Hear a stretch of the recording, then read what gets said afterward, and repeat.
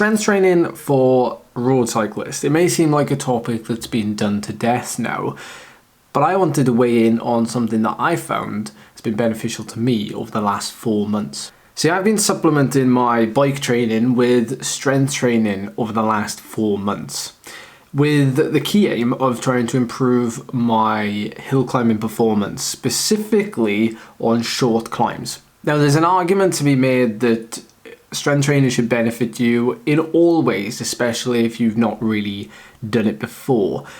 But there's also a balance between spending more time doing something like that or spending more time doing something on the bike that's specific to the bike. I don't want to talk too much about that. I just want to give my experience of what I have seen and what I've done over the last 4 months from somebody who has been cycling for 15 years at quite an elite level, but not really undertaking the strength training to the level of consistency where it should have benefited me and possibly even improved my performance.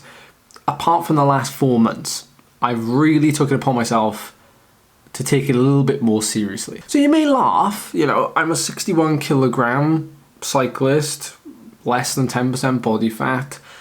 I'm in the peak of my racing career, potentially at 30 years old. I know a lot of people, they think it may sound counterintuitive. You may be fearing that you'd put on muscle, put on weight, but case in point, I've not got buff.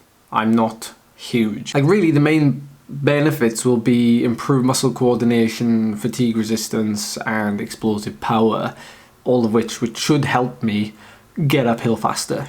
So when I've been going to the gym, I've just been doing 2 sessions a week, and it's been broken down into some fairly simple exercises. They are squats using a Smith machine, lunges, deadlifts, and step-ups. I've been in the gym for about 30 minutes. That's not including a warm-up, but the actual session itself. I've also been finishing with a little bit of core work too, but I really just want to mainly focus on the leg work. I didn't want to spend a whole lot of time in the gym. I've got a very short attention span, especially when it's got nothing to do with cycling. And so I just wanted to make it as quick, simple, and painless as possible. Although the latter probably wasn't. So let's talk specifics. My biggest improvement obviously came in short duration power output. Training I was doing on the bike. You may have seen me do a fair few Zwift races.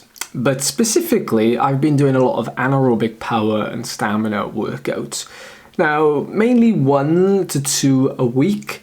And the rest of the time, you could call it just riding my bike. Low power, social rides, endurance, zone 2.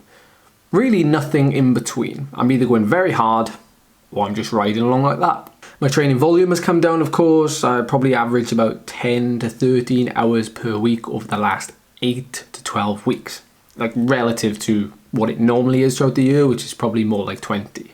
So obviously, there's an element of the on-bike training in collaboration with the strength training that has helped me to achieve a couple of PBs over the last few weeks, namely a 2-minute power PB and almost breaking 3-minute power PB. And maybe this video will spark a little bit of a debate in the comment section, where those that have tried strength training or do strength training on a regular basis can maybe weigh in, pardon the pun, a little bit on how it's benefited them and how they've seen maybe peak powers come from including some strength training specifically in their weekly training schedule. So my gym sessions have looked very low-key.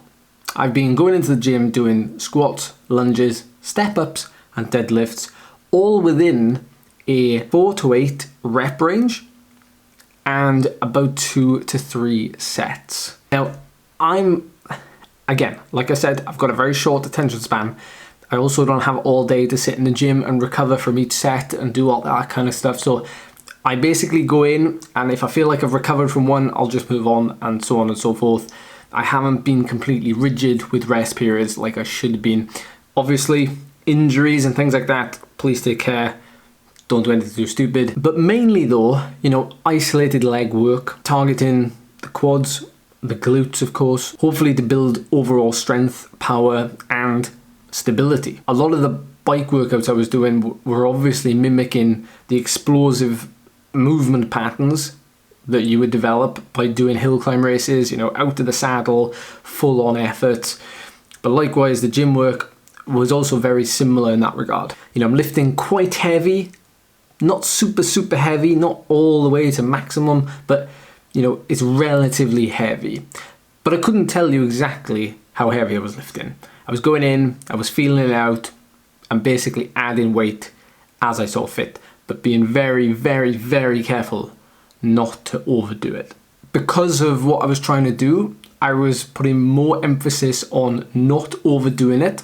So frequency and consistency was more important than trying to overload every week, by increasing the weight. I didn't want to do that because of risk of injury. So instead, I just focused on increasing it just a tiny bit, because an increase is still an increase, and just focused on the consistency and frequency. So one of the biggest differences I've seen is in my fatigue resistance, a posh way of saying endurance, in prolonged maximal efforts. So this 2-minute effort is a good example. So I started gym work in early July, and in the middle of August I did a 2-minute PB, power on the bike. Fast forward 2 months later again, just a couple of days ago, and we're now a few months into the strength training plus the on the bike workouts too, and I'm now 20 watts up, give or take, on what I did 2 months ago. I'm also slightly leaner. In fact, I'm the leanest I've been all year. Now, obviously, there's lots of factors playing into that. Nutrition is a big one, but also, the strength training, I'm sure, has helped me maintain a lot of that strength. So as I said, where I've noticed it is when I've been launching at the start of those maximal efforts, I've been seeing like some larger peak powers, and certainly peak powers over 45 seconds to 2 minutes. That duration has almost all been a personal best. I've been able to maintain my power for a lot longer and higher power for longer. And again, this is considering I've already been training for 15 years. I've obviously left a lot on the table the last 10 years. So in short, I just wanted to create a video that gave you a little bit more context, because there's been a lot of questions about my strength training. And I think, to be honest, if you're a cyclist of any level, it's probably going to benefit you. But it's important to remember that we all have like a certain amount of time to dedicate to exercise a week. And you have to weigh up if, it's worth spending some time doing strength training versus doing an extra hour on the bike or doing a couple of extra intervals. And that's really only something that either you or your coach can answer. But I found it an interesting mini experiment. It certainly has been that, and it's had a desired outcome. I just only hope now that I can take this momentum into the weekend at the British Hill Climb Championships and see perhaps another personal best power, but for slightly longer duration. So that's where I'm going to leave you. Thank you so much for watching. Let us know in the comments down below if you found it interesting, and I'll see you next time.